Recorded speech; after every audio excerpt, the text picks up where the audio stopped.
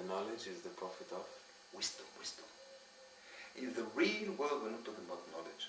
Knowledge is the poor man's wisdom.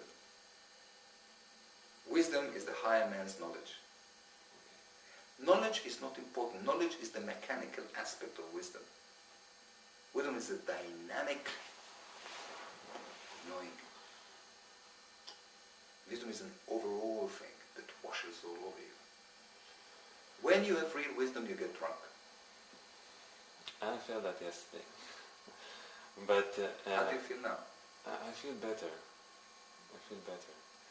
And I want to ask you something about what you said now, and that it is contradicting most people's way of thinking, because they say either my life is my feelings, or is it my thought, or is it my...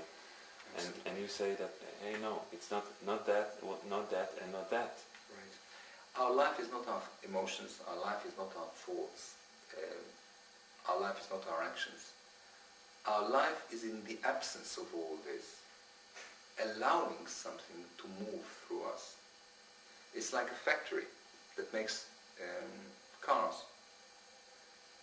The life of the factory is not the workers, it's not their skills, it's not the machines that they use, but actually the cars that pass through the factory.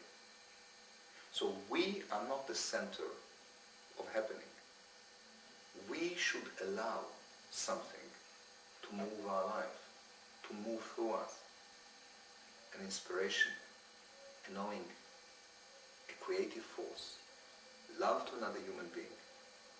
We are an empty channel that should allow things to move through.